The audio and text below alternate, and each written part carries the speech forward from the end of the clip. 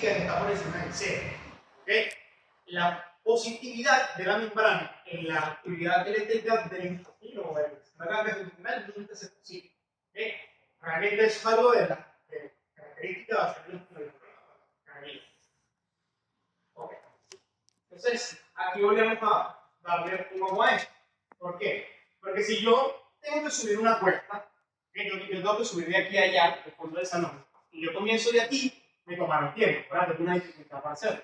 Pero si yo comienzo a mitad de camino, lo haré más rápido, ¿cierto? Es mucho más fácil que yo lo haga. Igualmente, eso puede hacerse. El proceso de amarrar reposo, digamos, regular, es de menos 56 milivoltios, aproximadamente aquí menos 50 milivoltios. Sin embargo, por estos estímulos como la distensión, la serotonina y el parasimpático, este proceso de amarrar el reposo puede ascender hasta incluso cerca de menos 40. Es su potencial umbral. Entonces, si yo estoy muy cerca del potencial umbral, cualquier fluctuación de onda lenta que se genere me va a dar lugar a más espigas, ¿cierto? Y por ende a más contracción. Mientras que, por el contrario, si yo en vez de comenzar aquí, para un sótano que comienzo más abajo o comienzo con un peso, me va a costar mucho más de la cuerda. Eso lo hace el simpático y la noradrenalina. Recordemos que la noradrenalina actúa en el clorizo por receptores alfa 2 y esto hace que se hiperpolarice la membrana. ¿Okay? Y al hiperpolarizarse esa membrana, le va a costar mucho más llegar a los menos 40 milivoltios. Porque si yo llevo este potencial de membrana, en vez de tenerlo aquí, en menos 50, para llevarlo a menos 40, si yo hiperpolarizo la membrana y parto de menos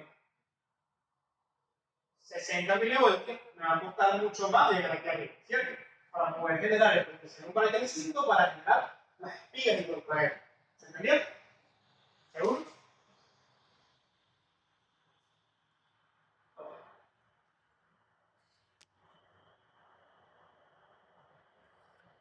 Ok. Entonces ya tenemos lo que es la actividad de onda lenta y la actividad de espiga. Y que eso habla de un mecanismo de contracción fácil. Se contrae, se relaja, se contrae, se relaja.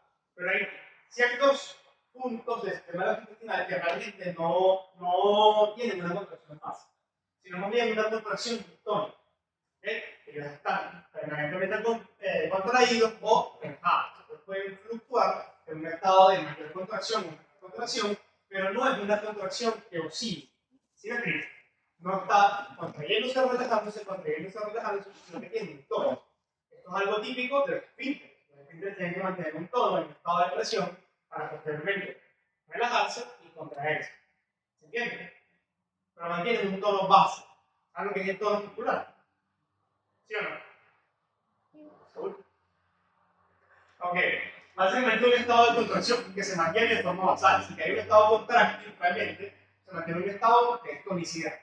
En este caso, hay determinados puntos del sistema intestinal donde la contracción no es básica, ¿okay? No necesito que esté contraído, contrayendo y relajando de forma básica, sino que necesito que mantenga un tono. Por ejemplo, la parte proximal del estómago, hay momentos en los que necesito que esté más relajada para recibir el alimento y momentos en los que necesito que esté más contraída para poder expulsarlo hacia el lugar. ¿Okay? Pero yo no necesito que la parte proximal de ese estómago tenga una actividad básica, sino tónica. ¿Okay? Por ende, este ritmo o esta actividad tónica no va a estar guiada por el ritmo del talento, va a ser guiada por otro tipo. ¿Okay? Eso se puede generar por tres mecanismos. En principio, el mecanismo más frecuente es que se generen potenciales de espiga repetidos y discontinuos. Como les dije, los potenciales de espiga, a diferencia de otras celdas, no van a generar una actividad, digamos, en múltiples espacios, sino que van a ser sinergias. ¿Okay? Esa despolarización va a generar una contracción continua, ¿okay? Y persistente. Si yo genero muchas espigas y en cada espiga va a tener entrada de flujo de calcio, ¿cierto? Yo luego tenía que sacarlo para que se relaje y volver a explotar el calcio para que se contraiga y sacarlo para que se relaje. Si yo tengo muchas estimulaciones continuas, yo lograré entre ellas sacar el calcio para que se relaje. Entonces, evidentemente se persiste contraído y esa es una forma en la cual se llega a tener una contracción tónica. La otra puede ser una exponenciación parcial. Les dije que si el potencial de membrana se aproximaba cada vez más en que el reposo al umbral, mientras más cerca esté, más fácilmente va a disparar las espigas, ¿cierto? Entonces, mientras si yo llevo el potencial de membrana, el reposo al potencial umbral, él siempre va a estar disparando las espigas. Por ende, se va a quedar en una contracción tónica. ¿Sí? Y luego tenemos otras vías que realmente no están bien estudiadas, que son vías no dependientes de voltaje, donde hay canales que por sí mismos pueden generar flujo de iones para que este músculo mantenga una contracción tónica y no fácil.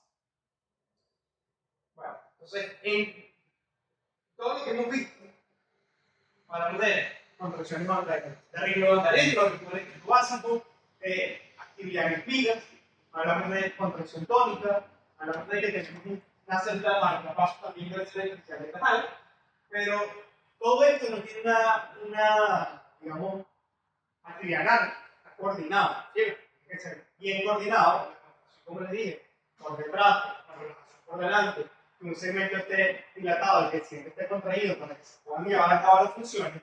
Y eso es gracias a que tenemos un sistema nervioso entérico que tiene una función reguladora propia. Y ahí tenemos dos plexos. Es un entérico de aguas y el submucoso de plexo. Su nombre básicamente nos da bastante información de cómo el plexo y entérico, su función va a ser regular la función muscular, o sea, la función de la movilidad. Mientras que el submucoso va a ser principalmente regular las funciones de secreción. Si bien este plexo puede funcionar completamente autónomo, recibe referencias del sistema nervioso simpático y parasimpático que le permiten regular su actividad. Vamos a darle más. Tenemos el plexo entérico, tenemos el plexo submucoso, que tienen una particularidad que les permite regular muchas funciones. Y es que ya no solamente envían referencias al epitelio como a las células musculares, sino que además reciben referencias de hay neuronas sensitivas del epitelio, que generan megamarreceptores, incluso quimioreceptores, que van a captar estos estímulos y además de llevar esa información al sistema nervioso central, le envían en un circuito más corto a el plexo entérico y el plexo dando como formas de señales locales que le permitan adaptarse rápidamente a determinados estímulos. Como todo reflejo, como la persona. Un reflejo tiene un estímulo, un receptor, una vía diferente, un centro integrador y luego una vía diferente que va hacia un órgano efector para reproducir una respuesta. ¿Cierto? Entonces, aquí tal cual, recibe aferencias de estas neuronas sensitivas que le permiten generar rápidamente respuestas a nivel de mucosa, secreciones, para respuesta, pero también a nivel de motilidad con actividades musculares.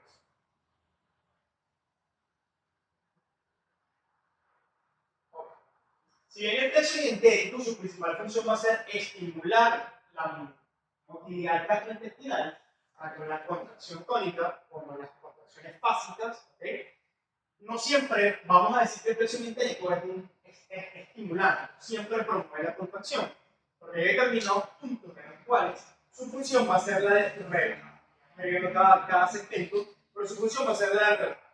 Ya que, por ejemplo, puede llegar a liberar el espectro intestinal vasoactivo, que dijimos que se libera para dilatación, es un mecanismo. Entonces, esto lo va a liberar en ciertas estructuras, como por ejemplo los esfínteres, y yo necesito que se relajen para que el contenido abdominal pueda pasar de un segmento. Esto, además de que está regulado por el sistema nervioso entérico, también está regulado por los hormonas. Si bien hay muchas hormonas que tienen efectos más leves, los principales reguladores de la motilidad son tres. En primer lugar, vamos a hablar de la gastrina. La gastrina, si bien su principal mecanismo, su principal función va a ser estimular la secreción, también tiene cierta actividad refleja a nivel adaptativo. Tiene una relación, un efecto de lo que llamamos reflejo adaptativo, que ya vamos a ver más adelante, que básicamente se los adelanto, cuando la comida o el bolo desciende a través del esófago y va hacia el esfínter esofágico inferior, se genera un mecanismo de reflejo en el cual el esfínter esofágico inferior, en la parte proximal del estómago, se dilata, se relaja, su musculatura lisa para permitir o para recibir ese bolo que viene en el esófago. Puede ser contraído, el bolo se queda ahí y no puede descender. Ese mecanismo de reflejo que vamos a revisar está estimulado en cierta parte por la gastrina. También tenemos otro, como la colcitocinina, la cual es secretada en el duodeno y el donde vamos a ver otros reflejos más adelante, que por ejemplo el reflejo enterogástrico, donde a nivel entérico o a nivel del duodeno, debido a cambios en la concentración de la polaridad, se libera esta sustancia. Y al liberarse, Esto le dice al estómago que detenga su motilidad para que deje de enviarle quimo hacia el intestino delgado. Y por último tenemos la motilina. La motilina está secretada en el estómago y va a ser también en el duodeno, va a ser la principal hormona que va a tener utilidad dentro de lo que es el tracto intestinal y la motilidad, o digamos en el efecto. Ya que durante el periodo de ayuno, esto es casi uno de los últimos efectos de la actividad. A ver, en los periodos de ayuno se empieza a liberar y estimula una actividad contráctil entre periodos entre comillas, cuya función va a ser básicamente hacer el barrido del contenido que no se haya eliminado previamente para preparar el tracto digestivo para la siguiente ingesta de alimentos. Ya vamos a ver todos los mecanismos paso a paso, pero lo que quiero que sepan que la gastrina, la colecistocinina y la motilina tienen funciones que van a ver más adelante que controlan de manera hormonal esa motilidad. Vamos a tener un control autónomo que se dije puede cambiar para el presión intérico y con el presión mucoso también tiene influencia directamente de este número de autónomos, tanto parasimpático como simpático. El parasimpático tiene dos segmentos. El digestivo va por el caudal, tiene un segmento craneal y un segmento sacro. El segmento craneal va obviamente más dirigido hacia el estómago, el esófago y páncreas, y el segmento sacro va más hacia la segunda mitad del intestino grueso y el páncreas. ¿Vale? Cuyo neurotransmisor va a ser la acetilcolina, y ya dijimos que vamos a liberar acetilcolina, estimular los receptores muscarínicos M3, y eso que así se liberaba en todo el medio. Dijimos que actuaba a través de la cupulipasa. ¿Okay? La cupulipasa excidía y eso liberaba los dióxidos de calcio. Y ese calcio tenía que a la calmogrina, y la calmogrina posteriormente activaba y la cadena de vecina y así se produce las partes cruzadas. Entonces, obviamente, si el parasimpático libera acetilcolina, será entonces un efecto trabajo, ¿cierto? Mientras que el simpático hace todo lo contrario. Tiene un efecto que en este caso va a ser inhibitorio, y el impulso se va a tender a la relajación o a disminuir su motilidad. Ya digo que va por receptores alfa 2 en este sentido, y tiene su origen en la médula de F5 a M2. ¿Okay? Tiene un efecto tanto directo sobre el músculo liso como indirecto a través del tercio interno. Okay. Los reflejos gastrointestinales. Como les decía, un reflejo tiene siempre un estímulo, un receptor, una vía directa y un circuito integrado. Ahí lo vamos a quedar claro. Tenemos tres tipos de circuitos reflejos a nivel gastrointestinal. Tenemos un circuito local, el propio sistema nervioso entero. Cuando esas neuronas sensitivas que vimos anteriormente, reciben un estímulo, una aferencia del epitelio, los receptores que se encuentran aquí en la superficie epitelial, envían esa señal a la neurona sensitiva y reciclan esa señal rápidamente con el tercio entérico y de ahí se genera una mezcla. Tenemos un circuito por un reflejo que se genera en el propio sistema nervioso entérico. El tercio entérico es quien genera esa mezcla. Como por ejemplo el reflejo peristáltico que vimos anteriormente. Ahora que le dije que el estímulo de distensión activaba neuroreceptores y eso en el tercio entérico liberado por detrás acetilcolina y por delante oxidolina, ¿cierto? Entonces, es un mecanismo de reflejo local y está destinado para que el propio intestino logre generar respuestas a estímulos que el mismo percibe. ¿Okay? Mientras que los mecanismos reflejos simpáticos prevertebrales le van a permitir al sistema gastrointestinal generar respuestas en diferentes órganos. Por ejemplo, si el intestino delgado recibe un estímulo, el estómago puede responder a ese estímulo. ¿Okay? Y en ese sentido, esos impulsos, si no viajan solamente a nivel del plexo entérico, sino que deben salir, ¿okay?, al ganglio de la cadena simpática y posteriormente volver de nuevo por vías diferentes a el tubo gastrointestinal. En ese sentido, vamos a ver varios: el gastropólico, el reflejo gástrico y el reflejo policoiliar. Principalmente que vamos a llevar el enterogástrico, donde les mencionaba que esa concentración a nivel intraluminal del duodeno envía aferencias a estos ganglios simpáticos y a través de las inferencias que envía ella, las pasa al estómago para que inhiba su movimiento. ¿Okay? vamos a ver más adelante, pero básicamente es una forma en la que los diferentes segmentos del tubo digestivo se comunican entre sí para generar respuestas.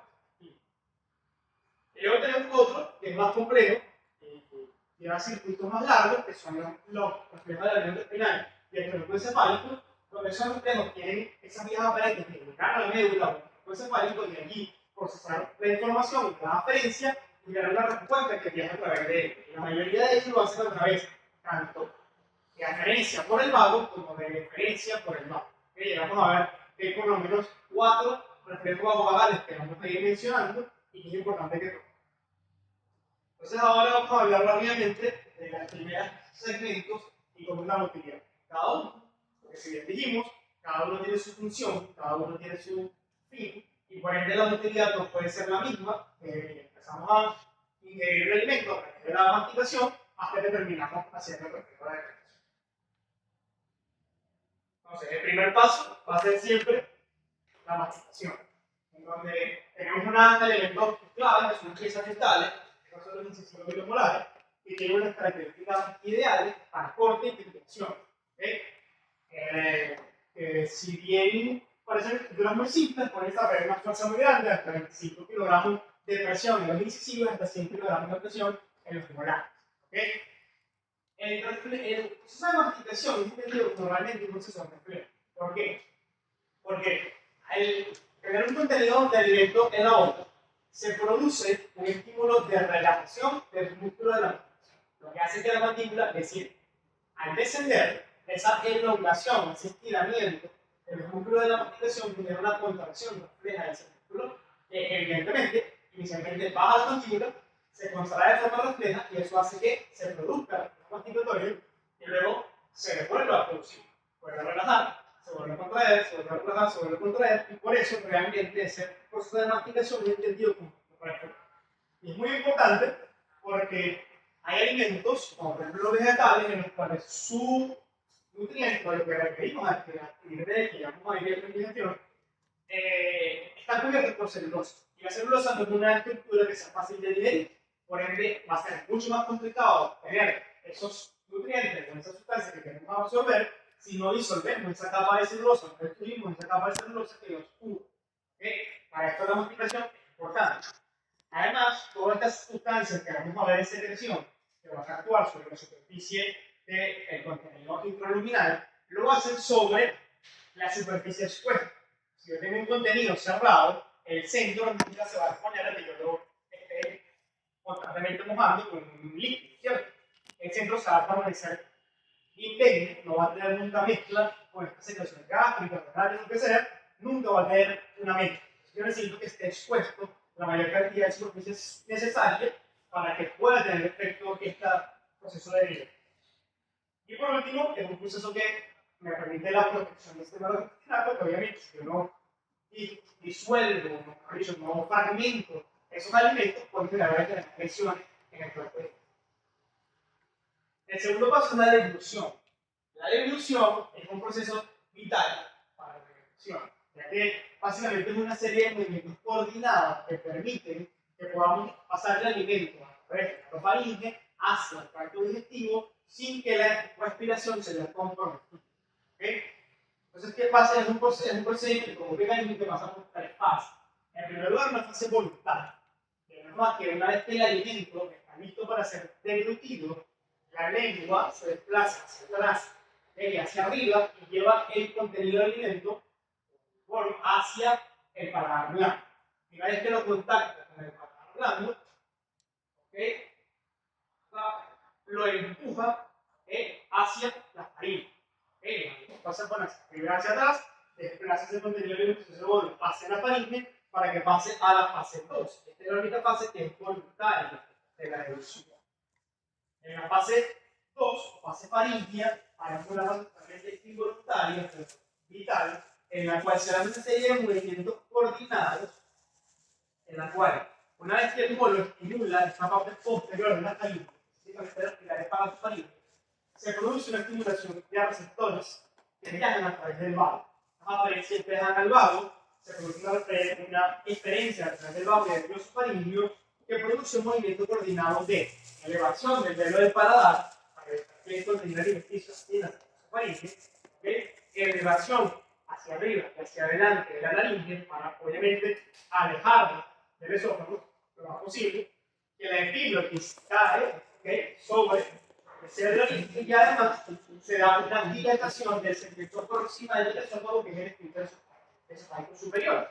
Entonces, esta serie de movimientos nos permite que el colon pase desde la cavidad oral con tranquilidad hacia el tracto digestivo sin pasar al tracto respiratorio. Pero, obviamente, si hay una punción, es un gran problema. Entonces, así como se genera esto, esta estimulación del centro de la disyunción, por esas referencias vagales, al estimularse, también inhibe el centro respiratorio. Para que mientras se está activando este mecanismo de dilución involuntario, el mecanismo de la respiración está inhibido. Son las ambas cosas no se pueden dar de forma simple. Luego pasamos a la fase esofágica de la dilución, donde vamos a hablar de un movimiento peristáltico primario y un movimiento peristáltico secundario. Ok, quedamos acá. El bolo pasó por la faringe, por el movimiento involuntario, ¿ok? Y llegó al esfínter esofágico superior. El mismo que salía relajado. Eso lo va a hacer, básicamente, por aferencias del vago, con reflejos vagovagales que liberan en ese punto acetilcolina, que es el esfínter nervioso activo, que hacen que se dilate. ¿Ok? Entonces, este esfínter esofágico superior, vemos que tenía como una tonicidad de 60 milímetros de mercurio hasta que se produce la explosión del paso, la disminución del bolo a este nivel. ¿Y qué pasa con la presión a nivel del esofágico superior? Que desciende de golpe de menos de 60 milímetros de mercurio hasta 0 milímetros de mercurio. Se dilata. ¿Para qué? Para permitir que pase ese bolo hacia el tracto proximal del esófago. Una vez que esto sucede, esa distensión de la pared va a activar un mecanorreceptor. Digamos con el mismo ejemplo que digamos que este es el tubo digestivo. ¿Okay? Y aquí en esta pared tiene unos receptores mecánicos. Los receptores mecánicos perciben inclinamiento, ¿cierto? Si el bolo,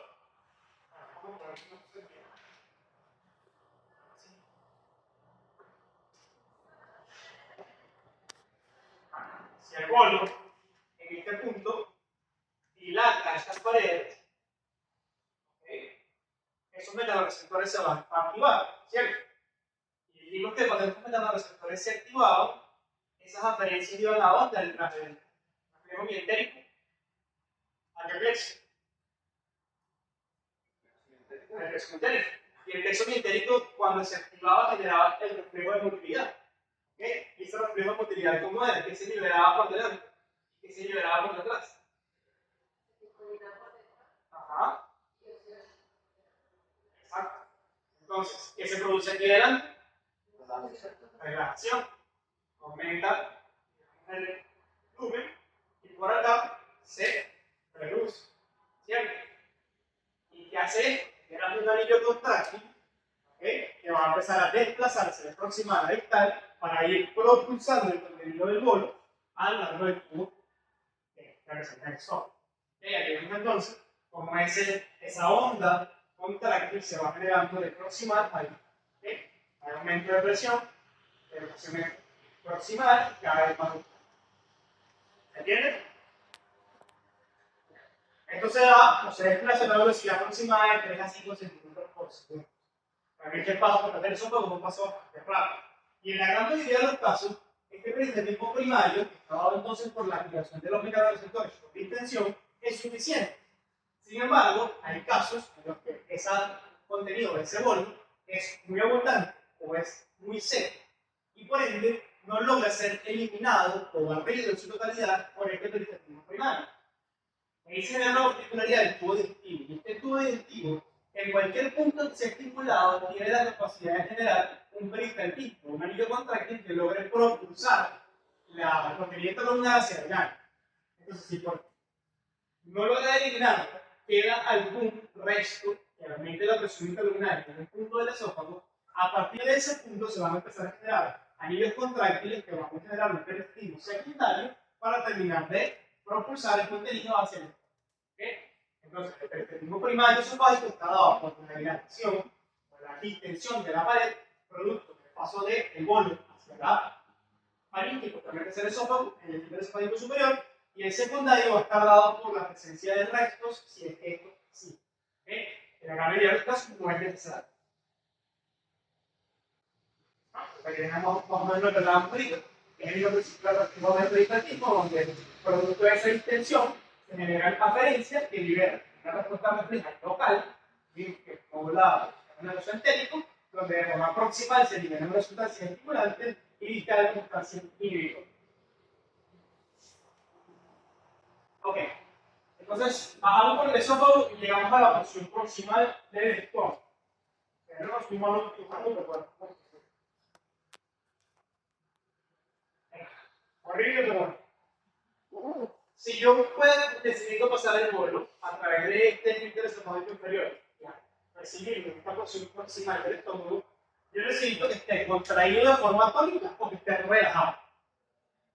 ¿Para qué? Para que la comida pueda, o el bolo, mejor dicho, pueda llegar al estómago y pueda almacenarse allí. La porción proximal del estómago, su principal función va a ser eso, almacenar el alimento. Ok, entonces, ¿cómo hago esto? Dos puntos. En primer lugar, apenas se estimula la deglución, se estimula el centro de la deglución, cuando el bolo va pasando por la faringe, esto genera otra respuesta refleja. En este caso ya no es entérica, sino a través del trombo. Se genera una aferencia vagal, que va al trombo encefálico, se genera una respuesta vagal igualmente, mediada por ese tipo de línea en la cual, a través de activaciones secuenciales, libera óxido nítrico a nivel de el fondo gástrico, el cuerpo gástrico y el esfínter esofágico inferior. El óxido nítrico, ya lo tenemos, que tenía un efecto de relajación. ¿Por qué? Porque actuaba y disminuía mucho la de calcio intracelular y por ende la célula se desvía. Entonces, apenas el bolo está pasando por la faringe y se estimulan estos centros de la deglución, ya inmediatamente se están enviando referencias a la porción proximal del estómago y el esfínter esofágico inferior a través del óxido nítrico a que se dilate. ¿Okay? Y tenemos que este paso por el esófago tarda aproximadamente 6 segundos. ¿Okay? Por lo que el sistema gastrointestinal no puede esperar a que el bolo esté cerca del esófago, o cerca del esfínter esofágico inferior, para dilatar, porque eso retrasaría su producción. Por eso, apenas está pasando, ¿okay? Por una faringe ya se genera un mecanismo reflejo, ¿okay? Que prepara la porción proximal del estómago y del esfínter esofágico inferior para recibir ese bolo. ¿Okay? Veamos entonces cómo durante la deglución, es decir, que no ha pasado el aumento de presión todavía en el estómago. Apenas en la deglución, el tono basal del esfínter esofágico inferior y el estómago proximal cae a cero. ¿Okay? Y se relaja para recibir este contenido. ¿Okay? Eso se llama relajación receptiva. Y donde les dije que en determinadas situaciones también participa la gastritis. Okay.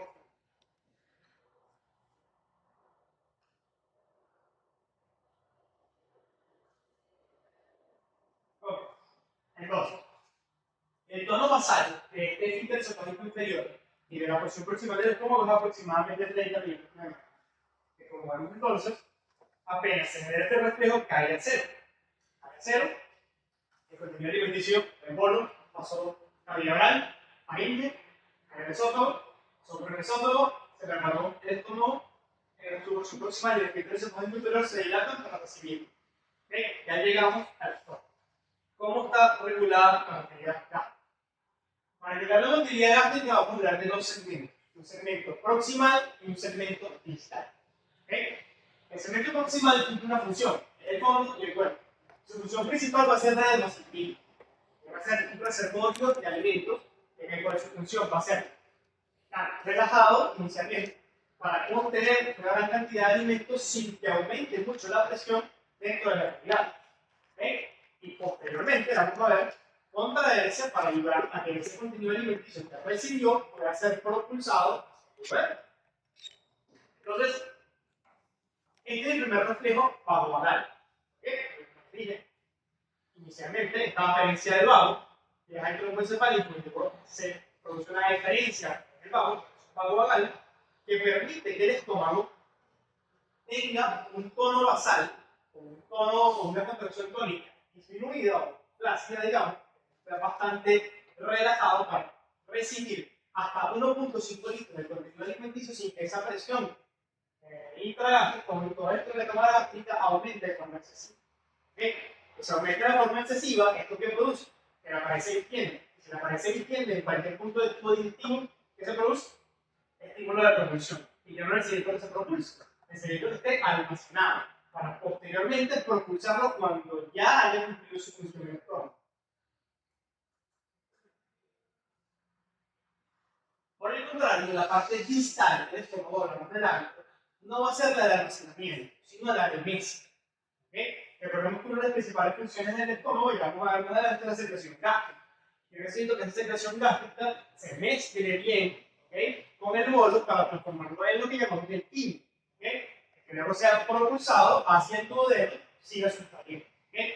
Entonces, el antro no va a tener una función de almacenamiento, sino de propulsión. Una propulsión en el sentido de desplazar, sino de que hablamos inicialmente de una motilidad segmentaria por el eje. ¿Okay? ¿Qué pasa? Ella puede hacer tanto una contracción, como mencionamos, que alternaba áreas de contracción estrecha, áreas de relajación, ¿okay?, entre ellas van mezclando el contenido, como también puede hacer un movimiento peristáltico de propulsión, pero en contra de un esfínter cerrado.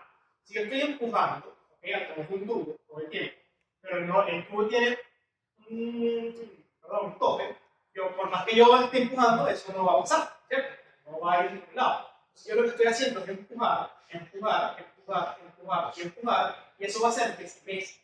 ¿Okay? Al mezclarlo es como si estuviese amasando. Miren acá, no solamente cada vez que se contrae ese movimiento segmentario empuja hacia adelante en contra de un fibro cerrado, y ese fibro cerrado hace que este contenido se mezcle, sino que cuando se contrae de forma segmentaria, al cual como vimos en el ejemplo de la foto, una parte hacia adelante y otra parte hacia atrás.